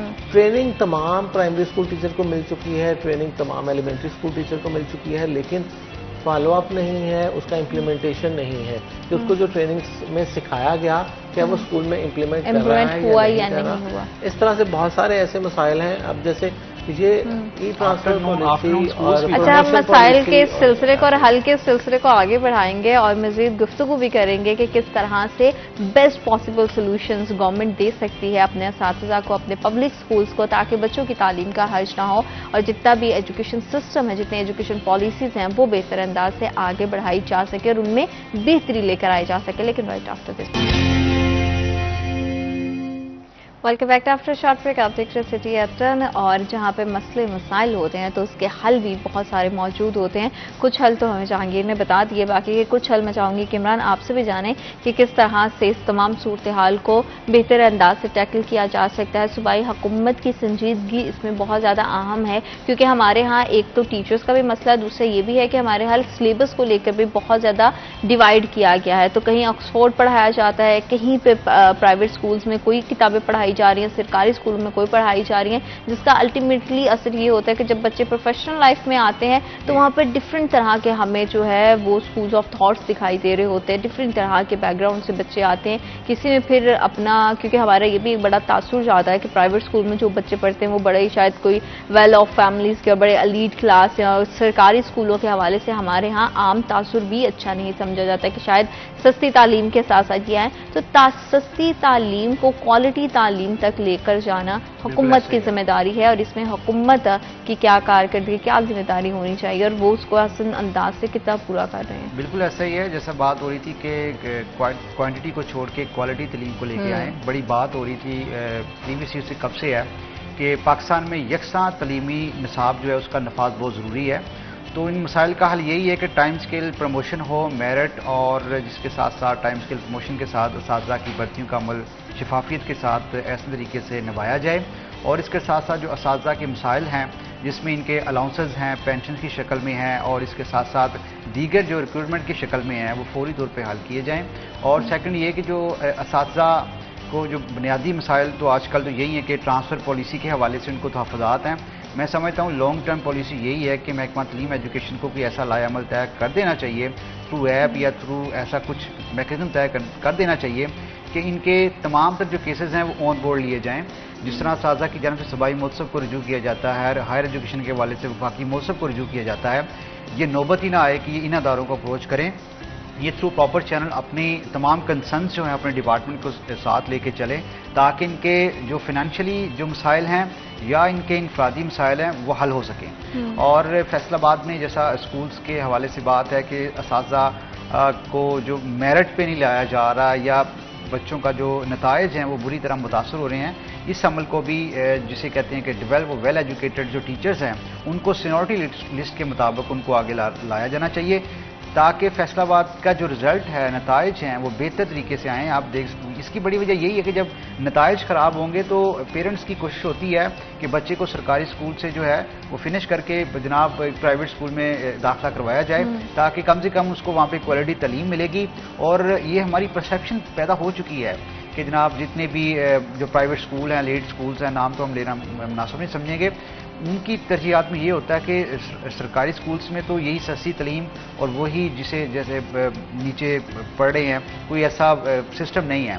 और हालांकि मैं समझता हूँ कि सरकारी स्कूल्स के जितने जो यहाँ से जो पढ़े लोग हैं वही मिनिस्टर हैं, वही हर सेक्टर में हैं। बिल्कुल, तो कोई एक नाम मतलब हमें कोड कर दिया जाए जो प्राइवेट स्कूल में पढ़ा हो, यही तमाम यहाँ से पढ़े, यहाँ से तालीम हासिल करने वाले लोग मिनिस्टर्स हैं और हर सेक्टर में हैं, ब्यूरोक्रेसी में वही हैं और वही एजुकेट कर रहे हैं। तो अगर वो एजुकेशन डिपार्टमेंट में अच्छी पोस्ट में, तो उनको आई थिंक बेहतर तरीके से पता होगा कि सरकारी स्कूलों में असातिज़ा के क्या मसाइल हैं। तो ये तमाम तर मसाइल का हल एक थ्रू समरी और थ्रू जिसे कहते हैं प्रॉपर चैनल हल होना चाहिए, ताकि असातिज़ा बजाय इसके कि सिट इन प्रोटेस्ट रोड्स पे आएँ, वही स्कूल में बैठें और अपनी क्वालिटी और क्वांटिटी को बेहतर तरीके से जो है वो अंजाम दे सकें, ताकि पाकिस्तान में एक जो पढ़ा लिखा पंजाब का नारा था उसको हकीकी मानों में जो है वो तरवीज मिल सके। तो ये जो चीज़ें हैं जो पाकिस्तान में एजुकेशन सेक्टर्स में होनी चाहिए। तो क्योंकि हमारे यहाँ नारेबाजियाँ और ऐलाना तो एज यूजुअल जैसे हमने पहले भी बात की कि बहुत ज़्यादा होती हैं, लेकिन अमली तौर पर उसे जामा नहीं पहनाया जाता और उसी का असर हम देखते हैं कि आज हमारा एजुकेशन सेक्टर कितना ज़्यादा तबाहाली का और कितनी ज़्यादा उस पर बेहतरी की गुंजाइश है, क्योंकि पूरे साल में आधे साल से ज़्यादा तो बच्चा छुट्टियों पर रह जाता है। जैसे हमें भी ट्रांसफ़र की बात कर रहे थे कि छुट्टियाँ पूरी गुजर गई, जैसे ही दोबारा से स्कूल ओपन हुए तो ट्रांसफ़र्स पॉलिसी के तहत ट्रांसफ़र्स को ओपन कर दिया गया। अभी बच्चों की एग्ज़ाम्स गुजरेंगे, मौसम बदलेगा तो हमें विंटर्स वेकेशन आ जाएंगी, फिर उसके बाद मौसम जिस करवट को जाएगा, जिस रुख जाएगा, उसी के हिसाब से छुट्टियां और एक्सटेंड होती जाएंगी। पूरा साल तो इसी तरह से गुजर जाता है। बच्चों को लगता है कि बड़े मज़े की ज़िंदगी जा रही है, बड़ी अच्छी जा रही है, लेकिन उनको ये नहीं पता कि उनकी तालीम का, उनकी इस गोल्डन टाइम का कितना बड़ा नुकसान हो रहा है। एक और एलिमेंट इसमें जो मैं समझता हूँ आज की डिबेट में, टॉक में मिस हो गया है कि मार नहीं प्यार का जब से एक नारा लगा है ना तब से बच्चा हमारा ज्यादा आज़ाद हो गया इस हवाले से। और टीचर चूंकि बाउंड हो गए हैं कि आपने बच्चे को कोई सजा नहीं देनी। अब देखिए कोई भी सोसाइटी सजा जजा के बगैर नहीं चल सकती। टीचर्स का ये कहना कि अगर आप स्कूल में ख़त्म करते हैं तो बच्चे को पता ही नहीं कि किसी गलत काम पर उसको सजा मिलनी है, तो बाद में क्राइम रेट देख लें उसके बाद कितना बड़ा है। अब या तो आप कह रहे ये जेलें ख़त्म कर देना, आप सजाएं ख़त्म कर दें, फिर तो जब वो बच्चा मैट्रिक तक उसको पता है कि कोई सजा नहीं मिलनी, तो आगे जाके भी वो गलतियां करता है और ऐसे ब्लंडर करता है जो कानून की गिरफ्त में आता है, तो फिर वो खमियाजा हमें उस सूरत में भुगतना पड़ रहा है कि हमारा क्राइम रेट जो है वो बढ़ गया है। तो मैं समझता हूँ कि इतना कोई लिमिटेशन होनी चाहिए कि तशद्दुद ना हो, जो बेसिकली ये तशद्दुद के खिलाफ आया था कानून मार नहीं प्यार, कि इतने ज्यादा वाकयात हुए थे और कि बच्चों की वो हड्डी टूट जाने के वाकयात आए थे कि छड़ी से इतना मारा जाता था कि बच्चे के तो लेकिन इतना भी ना हो कि बच्चे को आप वो कहते हैं ना कि आप सख्ती से उसको बोल भी नहीं सकते, आप बच्चे को पेरेंट्स को रूम में ले लेना चाहिए। तो कोई ना कोई, लेकिन आज के पेरेंट्स में इमरान ये होता है ना कि छोटी सी आपके बच्चे को डांट भी दो तो फौरन से जो है वो शिकायत लेकर चले जाते हैं। हमें पता है हमारे दौर में हमारे अम्मा पापा कहते थे बेशक बच्चों को जैसे मर्जी मार मार के ना वो कहते हैं कि हाँ इनको बिल्कुल सीधा आपने कर देना, हमें कोई शिकायत नहीं है। तो पहले के पेरेंट्स बड़ा सपोर्ट करते थे टीचर्स को, स्कूल्स को, और उनको ये होता था कि बच्चा अच्छे से पढ़ाई करे। हम उस सख्ती के हक में भी नहीं है कि बच्चे पे इतनी सख्ती की जाए कि वो किसी भी तरह की गलत डायरेक्शन में, गलत सोहबत में चला जाए, लेकिन इतनी ज्यादा भी उसको छूट नहीं देनी चाहिए कि उसके ऊपर किसी तरह का कोई डर ना हो, उसे ये ना पता हो कि अगर मुझसे कुछ गलती होगी तो मुझे इसकी अल्टीमेटली इसकी पनिशमेंट भी मिलेगी। तो हर तरफ से बेहतरी की गुंजाइश है, बेहतर अंदाज से इन तमाम मामला को हल करने की जरूरत है। आप दोनों मेहमानों का बहुत शुक्रिया, प्रोग्राम का हिस्सा बने। वक्त एक छोटी सी ब्रेक का, will be right back. Welcome back after short break. आप देख रहे हैं सिटी एट 10 और मेरी खुशी से आपको अंदाजा हो गया होगा कि इतने दिन से हम जिस इवेंट के बारे में बात कर रहे थे फाइनली आज वो दिन आ गया है। आज है 12 सितंबर, यानी कि हम बहुत दिन से फैसलाबादियों के लिए, फैसलाबाद की आवाम के लिए एक बड़ी ही खूबसूरत इवेंट की बात कर रहे थे, जो कि है चैंपियंस वन डे कप। और इसका बड़ी बेसब्री से लोगों को इंतजार था और हमने मुतअद्दिद इस पे प्रोग्राम्स पहले भी किए ताकि लोगों को ये बताया जा सके कि फैसलाबाद शहर में इतना खूबसूरती से क्रिकेट का इतना जबरदस्त इवेंट होने जा रहा है, बड़े टाइम के बाद होने जा रहा है। इकबाल स्टेडियम में तैयारियां मुकम्मल हो चुकी हैं जी। लोगों का जोशो खरोश अरूज पर दिखाई दे रहा है। मेरे अंदर जितनी ज्यादा एक्साइटमेंट है, आई नो कि उतनी ही एक्साइटमेंट आपके अंदर भी होगी। और मेरी खुशी के साथ साथ ये जो एहसास है कि फैसलाबाद के जो स्टेडियम है उसको इतने टाइम के बाद एक मौका मिल रहा है मेजबानी करने का, तो वो एहसास आपके अंदर भी होगा। उस चीज को आप भी बखूबी फील कर रहे होंगे। तो आज का पूरा प्रोग्राम हमारा इस पर रहेगा, क्योंकि आज होने जा रहा है 3 बजे पहला मैच। दोनों टीमें टकराएंगी और उसके बाद हमें पता चलेगा कि कौन जीतेगा पहला मैच और किस तरह से फैसलाबाद की आवाम अपने जितने भी फेवरेट हीरोज हैं, जितने हमारे नेशनल हीरोज हैं, उनको कितनी जोशो जज्बे के साथ सपोर्ट करेगी। और हम सबकी ये उम्मीद भी है और ये दुआ भी है कि ये जो सिलसिला अब शुरू हुआ है, जो कि चेयरमैन पीसीबी मोहसिन नकवी साहब की जानिब से है, बड़ा ही जबरदस्त इक़दाम है, तो इस पे लोगों का अब ये ख्याल है कि ये सिलसिला रुकना नहीं चाहिए। नेशनल टीम्स के साथ साथ इंटरनेशनल मैचेस भी यहाँ पर होना चाहिए। और फैसलाबाद बड़ी ही टैलेंटेड एक सरजमीन है। पंजाब के हवाले से जब भी बात होती है, खेलों के हवाले से जब भी बात होती है, तो पंजाब ने बड़े जबरदस्त हीरोज दिए हैं, ना सिर्फ क्रिकेट में मतलब दीगर खेलों में भी। लेकिन क्योंकि आज है क्रिकेट का मौका, क्रिकेट का दिन है, तो हम उसी हवाले से अपने मेहमानों से बात करेंगे और जानेंगे कि फैसलाबाद की आवाम के अंदर कितना जोश जज्बा, कितना ज्यादा एक्साइटमेंट है और साथ ही साथ तैयारियां कितनी पहुंची हैं, तैयारियां कहां तक पहुंची हैं, टीम्स की कितनी ज्यादा प्रैक्टिस है, क्योंकि प्रैक्टिस का सिलसिला तो बड़े दिनों से शुरू हो गया था और लोग अपने जितने फेवरेट हीरोज हैं उनको देखने के लिए पहुंच भी रहे थे। बहुत सारी वीडियोस तो पहले ही वायरल हो गई हैं, तो अब भी बहुत सारे जो सोशल मीडिया है वो भी कंटेंट बनने वाला है, तो बहुत सारे एक्सपेक्ट है, हर कोई अपने लिहाज से देखेगा। सब में बेसब्री है, मेरे में भी ऑब्वियसली आपको वो एक्साइटमेंट दिखाई दे रही होगी। तो फटाफट अपने मेहमानों से बात करते हैं, उनसे आपका तारुफ करवाती हूँ और फिर हम जो है वो गुफ्तगू के सिलसिले को आगे बढ़ाएंगे ताकि मजीद चीजें आप तक पहुंच सके। तो हमारे साथ आज मौजूद है हसीबुल्लाह शाहिद साहब, साबिक सदर डिस्ट्रिक्ट क्रिकेट एसोसिएशन फैसलाबाद, और साथ ही साथ जफर डोगर साहब, ब्यूरो चीफ सिटी 41। अस्सलाम वालेकुम,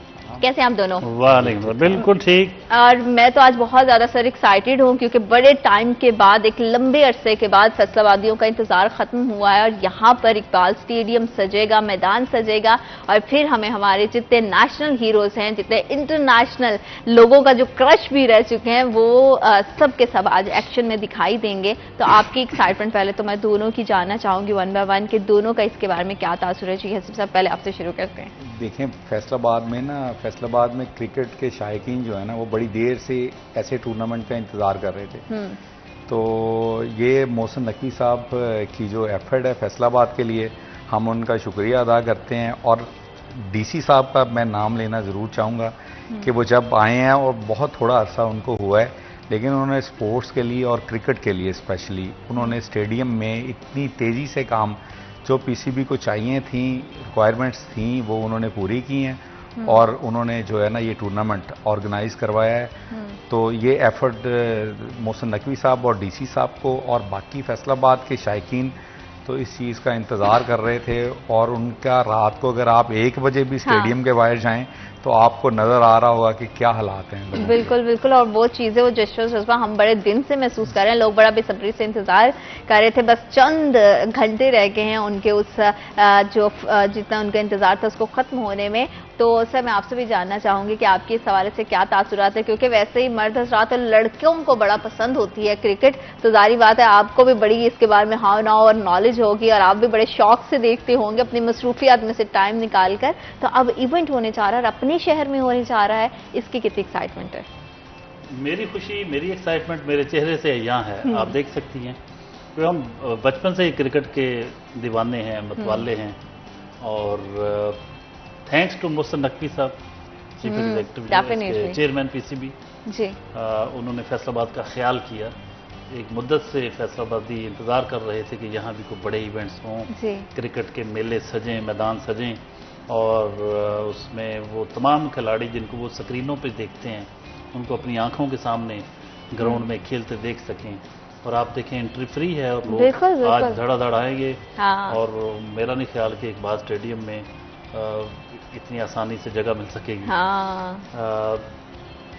तो ये एक बहुत पहले ऐसा हुआ था कि यहाँ मैचेस हुआ करते थे, बाकायदगी से हम देखा करते थे, इंटरनेशनल क्रिकेट होती थी और टीमें आती थी। तकरीबन दुनिया की हर टीम के साथ पाकिस्तान क्रिकेट टीम का मैच जो है हमने इस स्टेडियम में देखा हुआ है तकरीबन।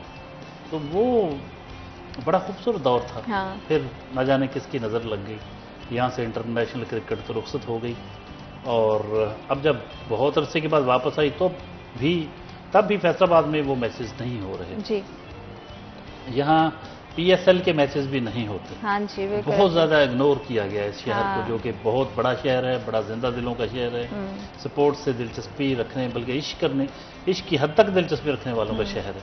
तो अभी मोहसिन साहब का शुक्रिया कि हम उनकी वी और थैंक दोबारा से देख बिल्कुल सकेंगे। बिल्कुल बिल्कुल हम क्रिकेट सब के उनका मैच शुक्रिया अदा करते हैं कि वाकई उनकी बड़ा एक ज़बरदस्त जो है वो इनिशिएटिव उन्होंने लिया। और हम जैसे कि सर ने भी बात की है कि यहाँ पे बहुत ज़्यादा माजी में हमने देखा है कि इंटरनेशनल मैचेस भी होते रहे हैं एंड वी आर होपिंग कि दोबारा से उन तमाम चीज़ों का रिवाइवल हो और दोबारा से हम जो वो तमाम सिनेरियो, वो तमाम माहौल फिर से देख सकें। तो इसे अब तो आज के इवेंट के हवाले से सर बात कर लेते हैं। सिर्फ साहब, आप क्या समझते हैं कि वनडे की ये जो टूर्नामेंट होने जा रहा है इसकी कितनी ज़्यादा अहमियत है, और इन हालात में जबकि यहाँ के प्लेयर्स को बहुत ज़्यादा ज़रूरत भी थी, जितने डोमेस्टिक प्लेयर्स हैं वो भी इस तरफ देख रहे थे कि कोई इस तरह की अपॉर्चुनिटीज़ आएँ, उनका हौसला, उनका मोराल बड़ा बुलंद होगा। तो आप क्या समझते हैं कि ये जो टूर्नामेंट का आगाज़ होने वाला है क्रिकेट के पूरे दौर में, पूरी जर्नी में और फैसलाबाद लेवल पर इसकी कितनी इंपॉर्टेंस है?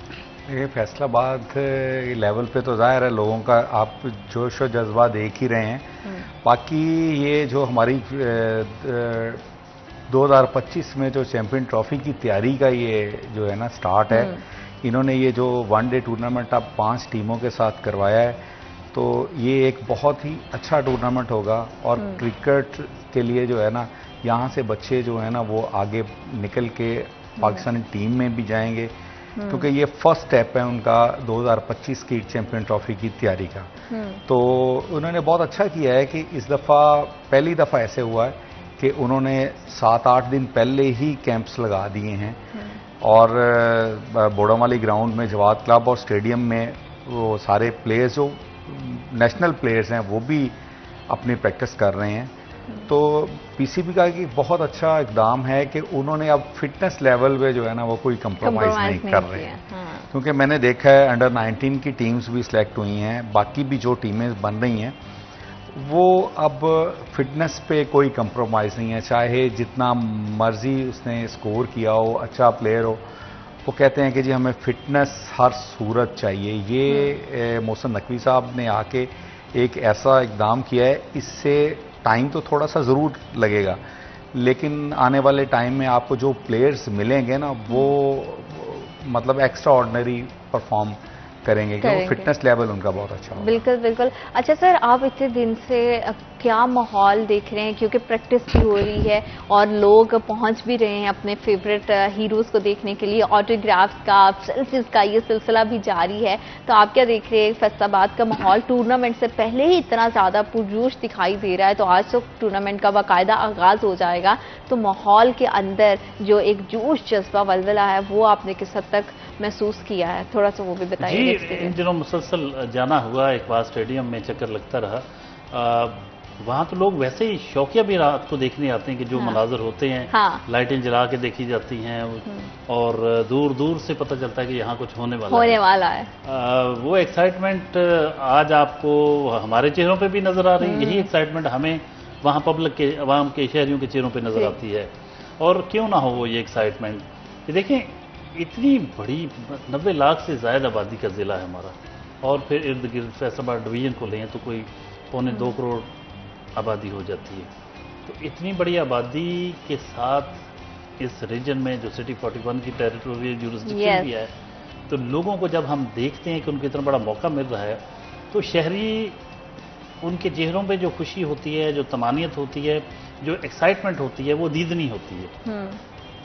इसलिए हम ये एक्सपेक्ट कर रहे हैं कि अभी आज जब टूर्नामेंट शुरू होगा और सारी उसकी तकरीब का बाकायदा आगाज़ होगा, टॉस होगा, तो एक एक मरहले पे, एक एक लम्हे पे फैसलाबाद से इंटरनेशनली पूरे पाकिस्तान में भी और बाहर भी कहीं जहां देखने वाले वो चैनल्स के जरिए देख सकते हैं और वो देखेंगे कि फैसलाबाद पाकिस्तान के एक तीसरे बड़े शहर में क्रिकेट का जो मेला सजा है, हाँ वो खूबसूरत है, काबिले दीद है।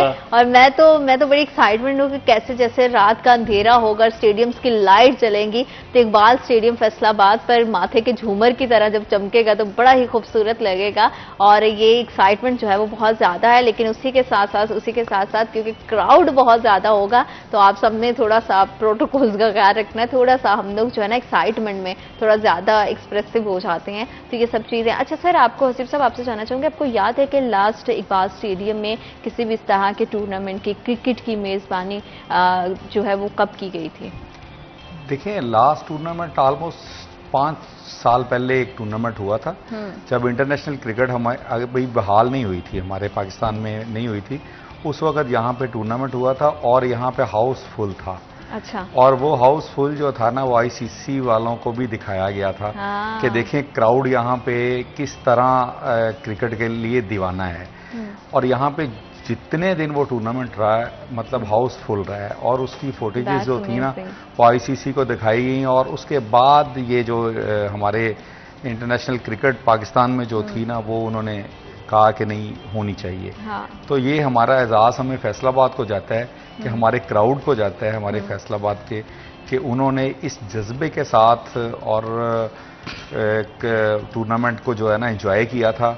और किसी किस्म का, सबसे पहले तो ये था कि उनको कि शायद यहाँ पे इवेंट करवाना बड़ा मुश्किल है, तब दहशतगर्दी के जो हालात थे, लेकिन इतना पुरअमन इवेंट था कि आईसीसी ने उसको देख के तो जो है ना हमारी क्रिकेट को जो है ना वो पाकिस्तान में बहाल किया। और ये क्रेडिट हमें फैसलाबाद के क्राउड को और फैसलाबाद को जाता है। बिल्कुल। और यहाँ पे जितने भी शायकीन क्रिकेट है उनके लिए तो अच्छी बात ये भी है कि अब जो मैचेस होंगे वो आप फ्री ऑफ कॉस्ट देख सकते हैं। और उसके लिए जैसे कि हमने पहले भी बताया था कि पूरे फैसलाबाद में 8 सेंटर्स मौजूद है, टिकट सेंटर, जहाँ पे जाके आप वो हासिल कर सकते हैं। और अगर आपको कहीं जाने का मूड नहीं है तो आप किसी भी की वेबसाइट पर जाकर भी ऑनलाइन उसे डाउनलोड अपने टिकट कर सकते हैं, उसे बुक कर सकते हैं, यहाँ पे डाउनलोड करके उसको प्रिंट भी करवा सकते हैं, स्कैन भी करवा सकते हैं। तो ये बड़ा ही जबरदस्त इवेंट है और बिना पैसों के जब आप जाके अपना इतनी खूबसूरती के साथ अपने फेवरेट हीरोज को देखेंगे एक्शन में, तो आई नो कि आपके अंदर का जो जोश जज्बा और जो एक्साइटमेंट है वो और भी ज्यादा बढ़ जाएगी और भी ज्यादा आप इस इवेंट को एंजॉय करेंगे। इस इवेंट के हवाले से और प्रैक्टिसेस के हवाले से, तैयारियों के हवाले से, सिक्योरिटी इंतजाम के हवाले से, क्योंकि इतना ज्यादा भर के जब लोग आएंगे तो उनको संभालने के लिए, उनको हैंडल करने के लिए कुछ तो चाहिए होगा ना, तो इस हवाले से भी हम बात करेंगे। लेकिन आपको थोड़ा सा इंतजार करना पड़ेगा क्योंकि वक्त एक छोटी सी ब्रेक का। Will be right back after short break. Welcome back after short break. आप देख रहे हैं सिटी एट 10 और क्रिकेट के हवाले से हम बात कर रहे हैं क्योंकि क्रिकेट लवर्स और उनका जोश जज्बा हमेशा से जो है वो बड़ा पीक पे रहा है। और अब तो जैसा कि फैसलाबाद में हो रहा है, इकबाल स्टेडियम में हो रहा है, फ्री ऑफ कॉस्ट जाके आप इसको एंजॉय कर सकते हैं। तो बड़ा खूबसूरत है, लोगों के अंदर जो एक्साइटमेंट है, जो खुशी है। और जब कोई भी अच्छा इनिशिएटिव लिया जाता है तो हमारी आवाम के अंदर एक चीज़ बड़ी मुझे अच्छी लगती है कि वो हर तरह से अपने एक्सप्रेशंस का, अपने जज्बात का, जो इमोशंस का इजहार है वो बड़े बेहतरीन अंदाज से करते हैं। तो मैं इस मौके पर एक बड़ा अहम सवाल है जो कि ज़रूर जानना चाहूँगी डॉक्टर साहब आपसे, कि मुझे ये बताइएगा कि लोगों के अंदर अवामी रद्द-ए-अमल इस इक़दाम के बाद चेयरमैन पीसीबी मोहसिन नकवी साहब के हवाले से कैसा आपने देखा? देखिए, हम खुद गए मौके पे और हमारी टीमें मुसलसल अपडेट कर रही हैं। इस वक्त कई टीमें हमारी मौजूद हैं वहाँ स्टेडियम में, अंदर और बाहर। जो पब्लिक सेंटिमेंट्स जो हैं उनको रिपोर्ट करते हैं कि वो क्या फील कर रहे हैं, लोग क्या फील कर रहे हैं। सच्ची बात हमें ये होता है कि लोग पोलिटिसाइज कर देते हैं चीज़ें।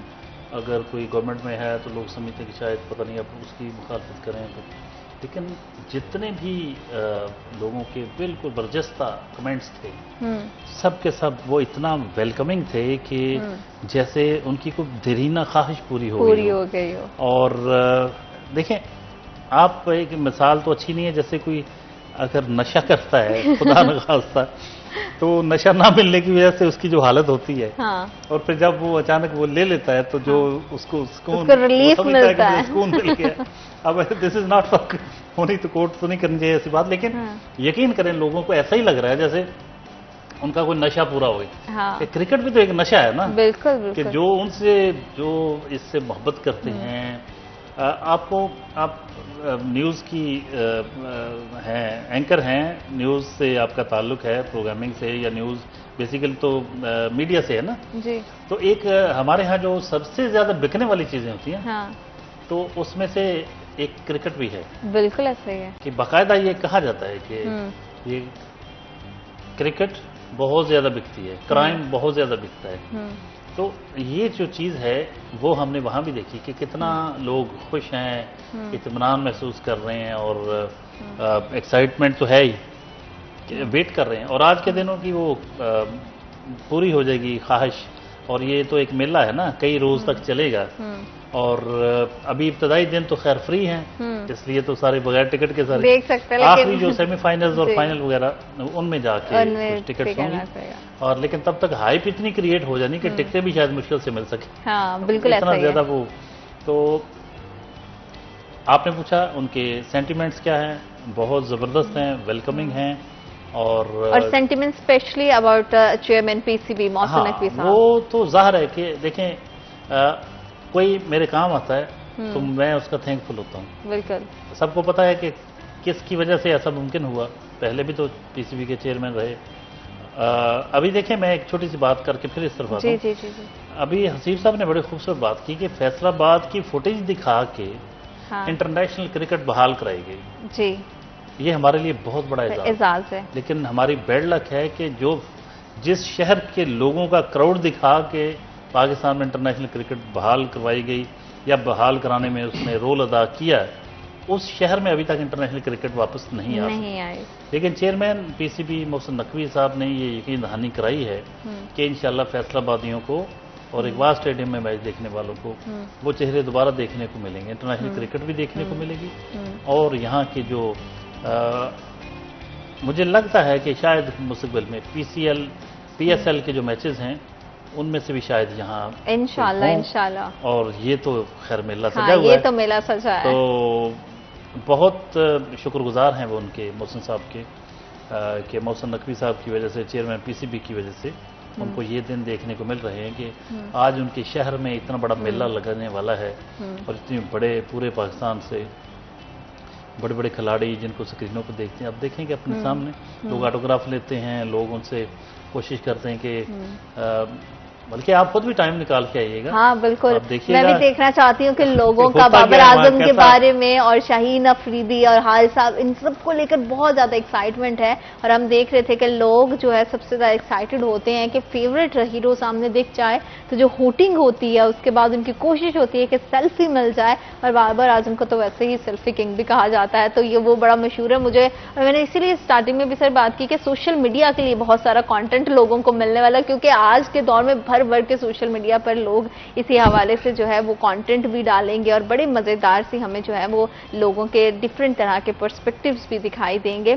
अजीब साहब, ये बताइएगा कि पूरे टूर्नामेंट को लेकर इकबाल स्टेडियम्स की इंतजामात कैसे हैं, क्या तैयारियां की गई हैं? अब तो कुछ घंटे रह गए हैं, तो लास्ट मोमेंट की जो प्रिपरेशंस होती है वो बड़ी इंपॉर्टेंट होती है, तो क्या माहौल चल रहा है इंतजामात के हवाले से? देखें, हमारे फैसलाबाद में डीसी साहब ने इस तरह के इंतजामात मैंने शायद नहीं देखे। मतलब जिस तरह डीसी साहब ने पर्सनली इंटरेस्ट लेके, क्योंकि ज़ाहिर है हम पहले भी कोशिश कर रहे थे कि फैसलाबाद में सिटी 41 ने भी बहुत कोशिश की है कि जी यहाँ पे इंटरनेशनल क्रिकेट जो है ना, क्योंकि मुझे याद है कि हर मतलब वीक ही कोई ना कोई ऐसा इवेंट स्टेडियम में रखा होता था कि फैसलाबाद में क्रिकेट आए, फैसलाबाद में क्रिकेट आए।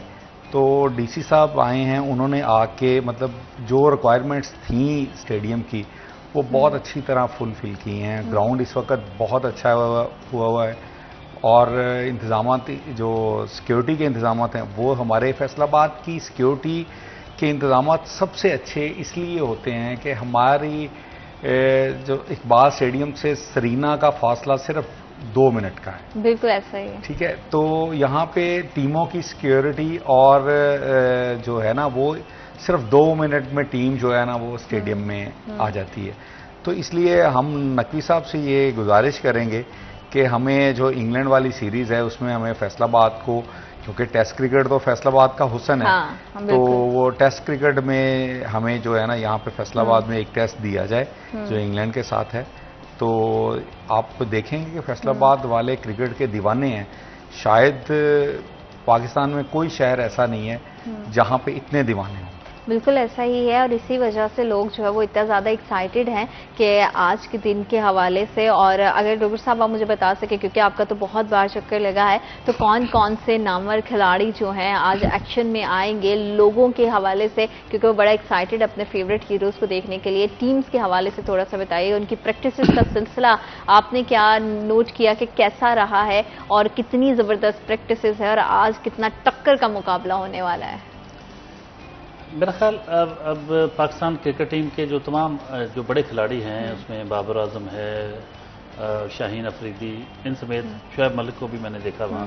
तो तकरीबन सब लोग आ रहे हैं। ठीक है। और वो किसी न किसी टीम, 5 टीमें हैं, तो कोई किसी टीम में, कोई किसी टीम को रिप्रेजेंट कर रहा। तो उसमें ना सिर्फ ये हमारी टीमों के वो खिलाड़ी जो इसमें हिस्सा ले रहे हैं, बल्कि जो मेन टीम में सिलेक्ट नहीं हो पाते, वो भी जो स्क्वाड होता है 16 का जो होता है, प्लेइंग 11 जिसे वो तो 11 को कहते हैं सर जी, 11 तो, लेकिन 16 का स्क्वाड बनता होता है जो जाते हैं, वो मेरा ख्याल मैक्सिमम लोग शामिल हैं। और बड़े बड़े क्लबों के जो लोग हैं नौजवान, वो हिस्सा ले रहे हैं। तो यहाँ से एक ऐसी टीम निकल सकती है जो जैसे कि हसीब साहब ने कहा कि नेक्स्ट जो 2025 में चैंपियंस ट्रॉफी होगी, वो बहुत बड़ा इवेंट होता है। तो उसके लिए उम्मीद हम करते हैं और इंशाल्लाह यकीन के साथ कह सकते हैं कि जैसा कि मोहसिन नकवी साहब ने फिटनेस पर बहुत ज़्यादा जोर दिया है कि जितना मर्जी खिलाड़ी बड़ा हो, बड़ा नाम हो उसका, अगर वो फिट नहीं है तो वो टीम का हिस्सा नहीं होगा।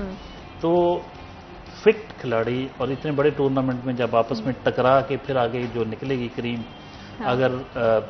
अगर क्या हम तवक्को करते हैं कि फिर जब सिलेक्शन होगी उनसे टॉप के लोगों, वी आर होपिंग कि बहुत सारे डोमेस्टिक प्लेयर्स जो मोटिवेशन पकड़ेंगे ना यहाँ से, वो फिर नेशनल स्टार्स की तरह जो है आसमान के सितारों पर की तरह चमकेंगे। और ज़रूर हम चाहते हैं कि पाकिस्तान का नाम रोशन हो और पूरी दुनिया में पाकिस्तान का टैलेंट प्रमोट हो, और उसका आगाज़ हमें घर से ही करना पड़ेगा। गुफ्तगू के सिलसिले को आगे बढ़ाएंगे, लेकिन राइट आफ्टर दिस ब्रेक।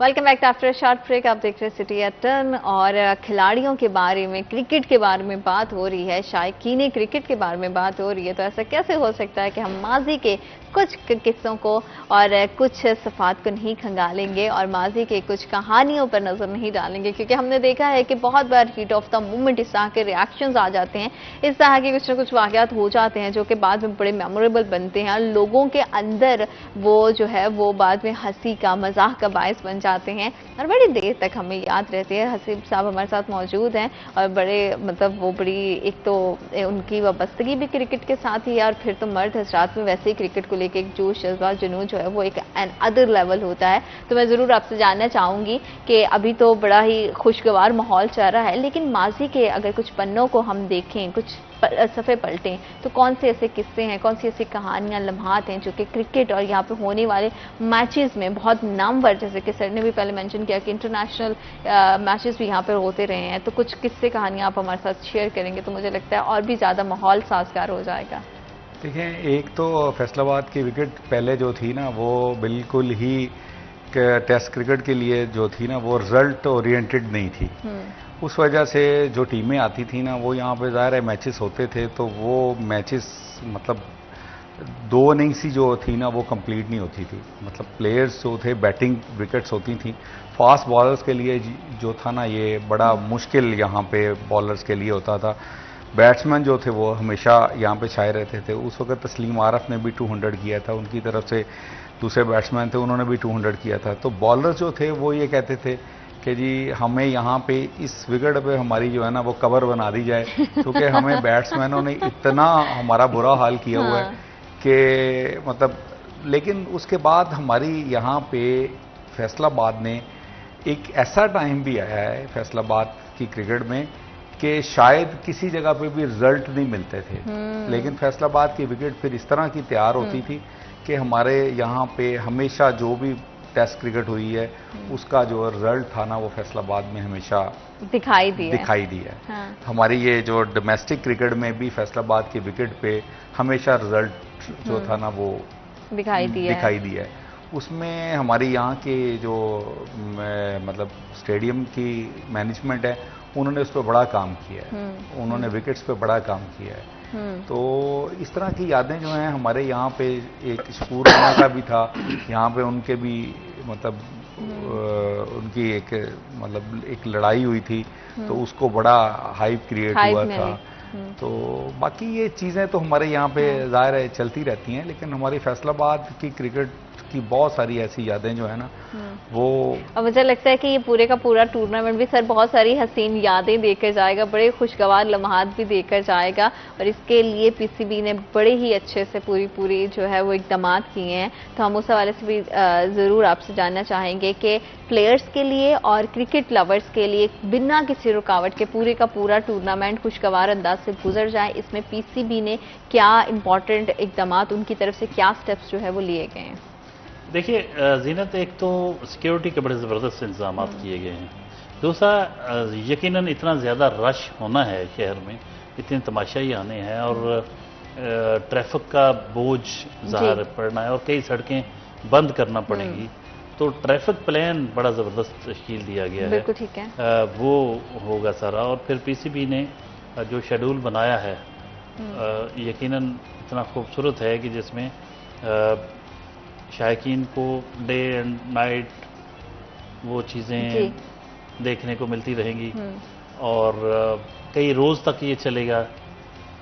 और फिर फाइनली अभी इसको और ज़्यादा दिलचस्प बनाने के लिए कि ज़्यादा से ज़्यादा तमाशाई आएँ, उसको फ्री रखा गया, एंट्री फ्री रखी गई है।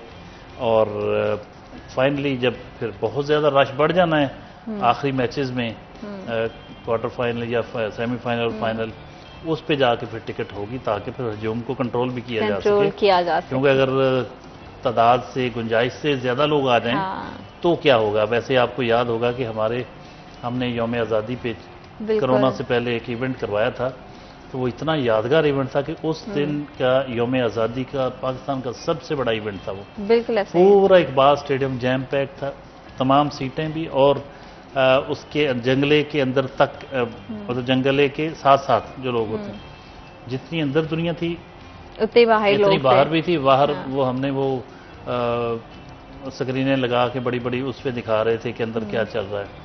तो इतना ज़्यादा क्राउड था और 3 लेयर सिक्योरिटी जिस तरह की बड़े मैचेस में होती वो सारी फराहम की गई थी। इस बार भी वो सारे इंतजाम उसी तरह हैं कि मैक्सिमम सिक्योरिटी दी जाए जी, ताकि अब जब ज़्यादा लोग आएंगे तो जैसे हसीब साहब ने बड़ी खूबसूरत बात की कि ये पाकिस्तान क्रिकेट के लिए जहाँ इसका फ़ायदा होगा, पाकिस्तान के लिए फ़ायदा होगा, आलमी सतह पे जो मैसेज जाएगा आईसीसी को, वो रास्ते हमवार करेगा। पीसीबी पे भी दबाव पड़ेगा मज़ीद कि जी इतनी बड़ी तादाद में जब लोग इतने एक इलाके में मोहब्बत करते हैं, और जैसे इन्होंने कहा कि 2 मिनट का फासला है जहाँ उन्होंने खिलाड़ियों ने ठहरना है, तो यकीनन मेरा ख्याल ये सारी चीज़ें करेंगी, सपोर्ट करेंगी कि पाकिस्तान में फैसलाबाद में क्रिकेट के मैचेस मज़ीद हों और इसी तरह रौनकें बढ़ें।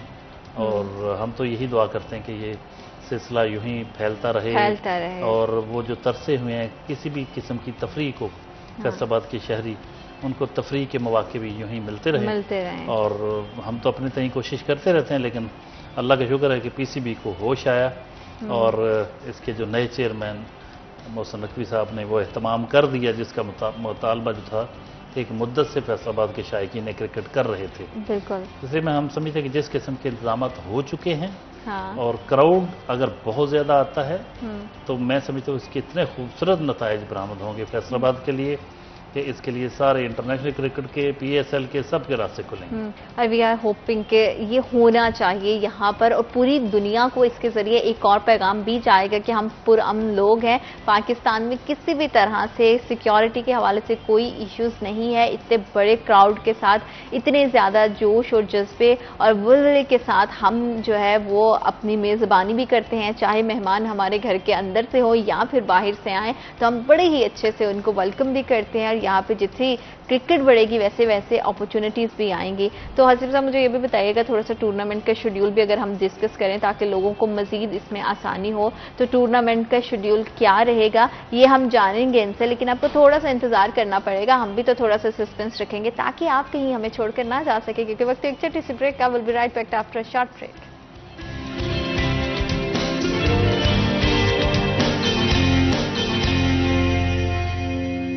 Welcome back after short break. आप देख रहे हैं सिटी एट 10 और चैंपियंस वनडे टूर्नामेंट का आज होने जा रहा है आगाज और लोग बड़े एक्साइटेड हैं इस पूरे कप को लेके कि वनडे कप होने जा रहा है और जो है फ्री ऑफ कॉस्ट अब आपको देखने को मिलेगी। तो अपने फैमिलीज के साथ भी जाना है, दोस्तों के साथ भी जाना है, अब हर तरह से बिल्कुल फुल प्रूफ बड़े बेहतरीन इंतजाम भी हैं, सिक्योरिटी का बड़ा अच्छा है, लेकिन आपने अपनी अपनी इंफरादी जो आपकी रिस्पॉन्सिबिलिटी है उसको भी समझना है और बिल्कुल कोई ऐसी हरकत नहीं करना कि किसी दूसरे को उसकी इंटरटेनमेंट को आप एक्सप्लॉइट कर दें या फिर उसको स्पॉइल कर दें इस तरह से कि वो दोबारा से क्रिकेट के लिए जो है वो स्टेडियम का रुख ना कर सकें। खास तौर पर हमारे बहुत सारे यंगस्टर्स हैं जो कि थोड़े से ओवर एक्साइटेड हो जाते, तो आपने इस चीज़ का भी ख्याल रखना है कि महज़्ज़ब कौमों का एक रवैया होता है, एक पूरे का पूरा उनका तरीक़ेकार होता है अपनी खुशी को, अपनी एक्साइटमेंट को एक्सप्रेस करने का। तो आपने भी उसी तरह से इसका पूरे मुजाहरा करना है। और अब जान लेते हैं फटाफट से हसीब साहब से कि किस तरह से पूरे का पूरा टूर्नामेंट का शेड्यूल रहने वाला है ताकि आप सबके लिए बहुत सारी आसानी हो सके, आपको पता हो कि मैचेस कब कब होंगे, किस किस तरह से होंगे और पूरे का पूरा शेड्यूल क्या होने वाला है। जी सर बताइएगा कि टूर्नामेंट का जो है वो शेड्यूल कैसा रहेगा। देखें आज स्टार्ट है, डेली एक मैच जो है ना वो हुआ करेगा।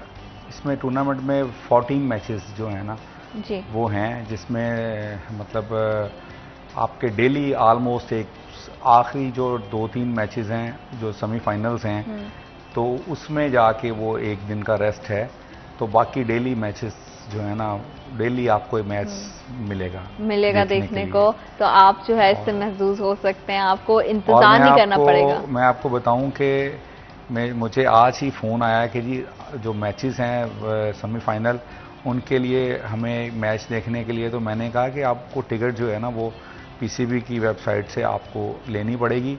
तो लोग मुझे बता रहे थे कि हमें टिकट्स नहीं मिल रही। अच्छा अभी से नहीं मिल रही? हाँ, जो कह रहे हैं कि वो टिकट्स अभी से नहीं मिल रही। हाँ। तो जो अगर किसी ने करना है, अगर कोई किसी के पास चांस है टिकट मिलने का तो वो अभी अभी कर ले, वरना मुझे नहीं उम्मीद कि शायद अभी भी टिकट्स जो है ना वो कोई अवेलेबल होंगी। और फैसलाबाद, पूरे फैसलाबाद के हवाले से हम देखा जाए तो डिफरेंट जगह पे टिकट सेंटर्स बनाए गए हैं, आप वहाँ पे जाके पता कर सकते हैं। ऑनलाइन तो जैसे हसीब साहब ने भी बताया कि बहुत मुश्किल हो रहा है और आप ये अंदाज़ा करें कि अभी पहला मैच भी नहीं हुआ और आज 3 बजे पहला मैच होगा और उसके बाद पूरा एक सिलसिला जो है वो चलेगा और आपको हर रोज़ जो है वो फुल एक कहते हैं ना कि पावर पैक जो है एनर्जी का फुल डोज मिलने वाला है क्रिकेट की सूरत में। डॉक्टर साहब मुझे ये बताइएगा कि इस खूबसूरत इवेंट के साथ फैसलाबाद के लिए, क्रिकेट के लिए और क्रिकेट खेलने वालों के लिए नए कितने मौके पैदा होंगे? ये बड़ा खूबसूरत सवाल है आपका, क्योंकि जब इतने बड़े इवेंट्स और फिर खिलाड़ियों की पजीराई अपने सामने देखता है नौजवान कोई, तो उसमें शौक पैदा होता है कि वो भी इसी तरह बने और उसका नाम हो, लोग उसको खेलता हुआ देखें। हाँ। और उसकी भी इज्जत हो, उसके भी चर्चे हों, शोहरत हो, उससे भी लोग ऑटोग्राफ लें। हाँ। तो यकीनन इससे हमारे जो ग्राउंड्स हैं आबाद होंगे और कहा जाता है जब खेलों के मैदान आबाद हों तो फिर ये मनशियात के हवाले से भी कैंपेन होती है कि ये नौजवानों को अगर पॉजिटिव साइड पे ले जाना है तो खेलों के मैदान आबाद करें, आपके हॉस्पिटल वीरान हो जाएंगे। तो बड़ा ज़बरदस्त मौका होगा कि आप लोगों को खेलों की तरफ राग़िब कर सकें, उनको तरगीब मिले और इस तरह के इवेंट तसलसल के साथ अगर होते रहें तो यकीनन जो चीज़ लोग देखते हैं उससे इंस्पायर होते हैं और उस तरह करने की कोशिश करते हैं। तो बजाय इसके कि हमारी यूथ नेगेटिविटी में पड़ी हो जी, हमें इस तरह की जो आजकल तो वैसे ही आप समझ रही हैं, जानती हैं कि गैजेट्स का दौर आ गया, तो हर कोई गैजेट्स में लगा हुआ है। फिजिकल एक्सरसाइज जो होती है, फिजिकल को वर्कआउट करना, ये जिस्म के लिए, सेहतमंद जिस्म के लिए जितना ज़रूरी है उसकी अहमियत को कोई समझता ही नहीं। तो यकीनन ऐसे इवेंट्स जो हैं वो उनको राग़िब करेंगे उस तरफ कि उनको उसमें दिलचस्पी पैदा होगी। तो वो उस तरह करने की कोशिश करेंगे। और जब वो जाएंगे ग्राउंड में तो उनको पता चलेगा कि इस पे बड़ा जोर लगता है, हाँ। बड़ी मेहनत करना पड़ती है। हाँ। जब वो जोर लगेगा, मेहनत करेंगे, उनको अच्छी खुराक खाने की तलब होगी, यस। अच्छी खुराक खाएंगे तो अच्छे जिस्म बनेंगे उनके। हाँ। और कहते हैं ना कि a healthy body keeps a healthy mind. Yes, exactly. सेहतमंद जिस्म होंगे तो सेहतमंद दिमाग भी होंगे। बिल्कुल। तो ये बहुत जरूरी एक पूरा सर्कल है। तो मैं समझता हूँ पाकिस्तान भर में खेलों के मैदान आबाद करने की ज़रूरत है, ताकि उनको गैजेट्स से कुछ थोड़ा सा देर का क्योंकि वो ब्रेक छोड़ तो मिले नहीं थोड़ा। सकते, ब्रेक हाँ। कम से कम उनको मिल सके। हाँ। और वो इतना ज़रूरी है कि इन गैजेट्स का मुसलसल इस्तेमाल जो है उनकी सेहत पे बहुत बुरे असरात मुरतब कर रहा है। एक तो उससे जान छूटेगी, फिर वो फिजिकली फिट होंगे, फिजिकली फिट होंगे तो फिर अच्छे जहन पैदा होंगे, अच्छे जहन नए आइडियाज़ के साथ मैदान में आते हैं। तो खेलें हमेशा ही नौजवानों को अच्छा रखने में, उनको फिजिकली फिट रखने में और मेंटली साउंड रखने में बहुत अहम किरदार अदा करती है। मैं यकीनन आपका सवाल ये मुझे बड़ा अच्छा लगा और बहुत ही रेलेवेंट है और इसके बड़े ज़बरदस्त क्योंकि सर सम्राट हमने होंगे। बहुत हमारे प्लेटफॉर्म की हमेशा से कोशिश होती है कि फैसलाबाद के हवाले से जितने भी प्रॉब्लम्स हैं हम उन्हें हाईलाइट करें। तो एक ये भी बहुत इंपॉर्टेंट मसला है और यहाँ पे हमारे पास बहुत सारे ऐसे बच्चे नौजवान आते रहते हैं जो कि ये बात करते हैं कि उनको अच्छे मौके नहीं मिलते, कोई प्लेटफॉर्म नहीं मिलता है, क्रिकेट के हवाले से हो या किसी भी दूसरे दीगर खेल के हवाले से हो। कबड्डी की बात कर लें, स्क्वॉश की बात कर लें, बैडमिंटन की बात कर लें। तो मुझे लगता है कि ना सिर्फ क्रिकेट बल्कि हर तरह की खेल के हवाले से हर तरह का इवेंट होना चाहिए, ताकि हर कोई अपनी दिलचस्पी के लिहाज से अपनी इंटरटेनमेंट को भी पूरा कर सके और आने वाले नए प्लेयर्स को भी अपॉर्चुनिटीज मिल सके। और वो सिर्फ डिस्ट्रिक्ट लेवल पर, प्रोविंशियल लेवल पर नहीं बल्कि इंटरनेशनल, नेशनल लेवल पर होनी चाहिए और पाकिस्तान का नाम इसी तरह से पूरी दुनिया में हम रोशन कर सकते हैं। बिल्कुल सही, बिल्कुल सही, यू आर एब्सोल्युटली राइट। और इसका एहतमाम किया जाना चाहिए। जो भी मदारुल महाम हैं खेलों के और अरबाब इक़्तिदार और अरबाब इख्तियार जो जहां जिस पोजीशन में है, जो भी इन चीज़ों को कर सकता है, जिसके भी ज़ुम्मे ये सब कुछ लगा हुआ है। और क्रिकेट के तनाजुर में मोहसिन नकवी साहब पीसीबी के प्लेटफॉर्म से और डिस्ट्रिक्ट क्रिकेट एसोसिएशंस जो हैं और बाकी तमाम तंजीमें और जितने खेलों का आपने जिक्र किया, वो सबको मुतहर्रिक होना चाहिए। अनफॉर्चुनेटली आप यकीन करें हमें क्रिकेट के सिवा बड़े पैमाने पर कोई टूर्नामेंट कम देखने में मिलते हैं। जब भी होता है क्रिकेट का कोई टूर्नामेंट होता है, ये बहुत अच्छी बात होना चाहिए, लेकिन बाकी जो खेलें हैं उनको भी वो भी प्रमोट की जानी चाहिए। हॉकी को प्रमोट किया जाना चाहिए और फुटबॉल को बड़े अच्छे अच्छे खिलाड़ी पैदा करने की ज़रूरत है। इसी तरह टेबल टेनिस की आपने बात की, स्क्वाश की बात की। स्क्वाश में कहाँ जहांगीर खान और जान शेर खान और उनसे पहले भी हमारे बड़े बड़े खिलाड़ी जो इंटरनेशनली उन्होंने नाम पैदा किया, तो अब वो चीज़ें नहीं रहीं। तो ये इसकी वजह यही हो सकती है कि हमारे यहाँ वो एनवायरनमेंट उनको नहीं दिया जा रहा, जिसकी वजह से इतने बड़े खिलाड़ी पैदा हों। लेकिन अच्छी बात यह है सर कि अब ये सिलसिला शुरू होगा और जितने भी लोग इंतजार कर रहे थे बड़े दिनों से कि कब 12 सितंबर आएगी और कब जो है वो चैंपियंस वनडे कप का आगाज होगा, तो आज 3 बजे पहला मैच होने जा रहा है आप सबको।